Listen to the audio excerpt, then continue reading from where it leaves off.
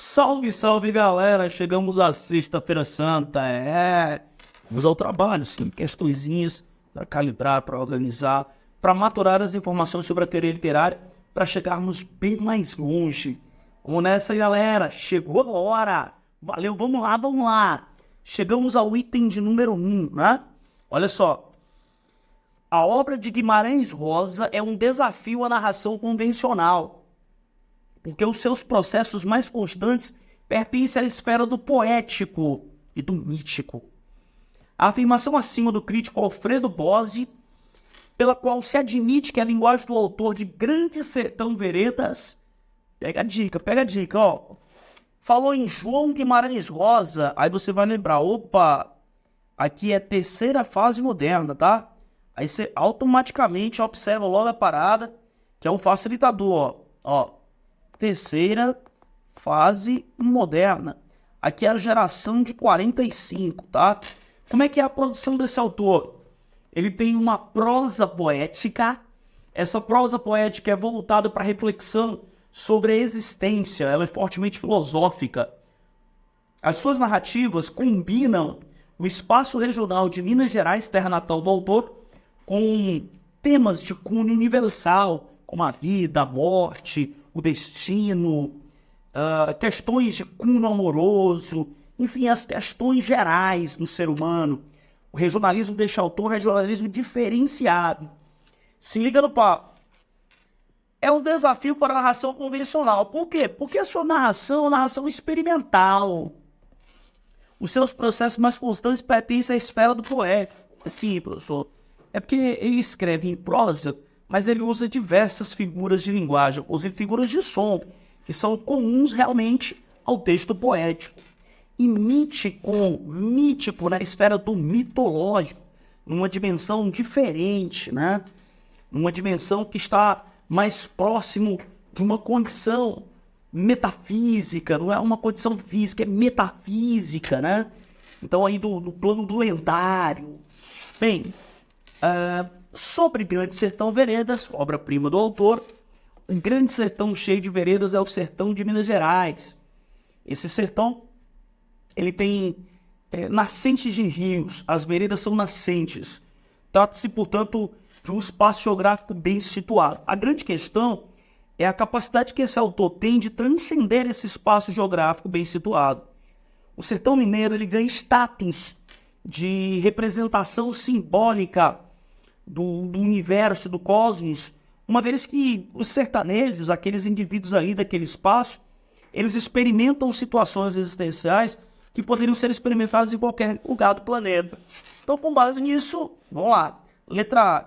Cola-se aos códigos já conhecidos dos romances regionalistas tradicionais. Cara, veja só. Se a compreensão é complicada porque o autor foge do convencionalismo, a letra A não pode ser marcada. Esses romances regionalistas tradicionais, eles surgiram com o romantismo. Exemplo, o romance Inocência, do Visconde de Tuné. Inocência, do Visconde de Tuné. Então, o romantismo. A segunda forma de construção regionalista, naturalismo. Exemplo, Luzia Homem, do Domingos Olímpio. 3. Pré-modernismo. Exemplo, Os Sertões, do Euclides da Cunha. Canaã, do Graça Aranha. Triste Fim de Policarpo Quaresma, do Lima Barreto. Urupês, do Monteiro Lobato. E 4. As obras da segunda fase moderna, né? Essas obras da segunda fase moderna são obras da prosa de 30, tá bom? A segunda fase, mais especificamente, geração de 30, a prosa de 30, que é também conhecido como neorrealista. Vamos utilizar como referencial essa prosa neorrealista. Essa prosa neorrealista, ela é fundamentada na crítica social, na análise psicológica, no panfleto, que é a dimensão militante, político-partidária, em defesa dos menos favorecidos. E é interessante porque esse tipo de construção acrescenta a crítica social e a análise psicológica do realismo, essas duas outras dimensões, a dimensão regionalista e a dimensão panfletária. Nestas obras, como por exemplo Vidas Secas, do Graciliano Ramos, há uma reprodução do falar sertanejo, do falar regional. No caso do João Guimarães Rosa, ele não se conformava em reproduzir. O que era interessante para ele era a inventividade. Então ele pegava a forma de falar do sertão mineiro, que é o falar regional, e ele construía a partir daí. Ele criou um dialeto para a sua produção. Então o que ele faz? Ele trabalha a mensagem numa dimensão poética e ele constrói um dialeto para os seus textos. Aí ele acrescenta ao falar mineiro neologismo, anglicismo, aforismo, ou seja, ele usa termos e expressões que agregam valor ao falar, constituindo, portanto, uma linguagem inventiva, uma linguagem nova. Letra B, aproxima-se tanto da linguagem de Graciliano Ramos quanto de Clarice Lispector. Graciliano Ramos não, aproxima-se da linguagem de Clarice Lispector, que é uma linguagem fortemente poética. Constitui uma retomada das formas neoclássicas. Aí é loucura, né? As formas neoclássicas eram formas racionais, antilíricas, e ele utiliza uma linguagem fortemente lírica, uma linguagem inventiva, subjetiva. Afirma-se enquanto compromisso semelhante ao da prosa de Machado de Assis. Loucura! A prosa de Machado de Assis é uma prosa universalista e a prosa dele é uma prosa regional e universal.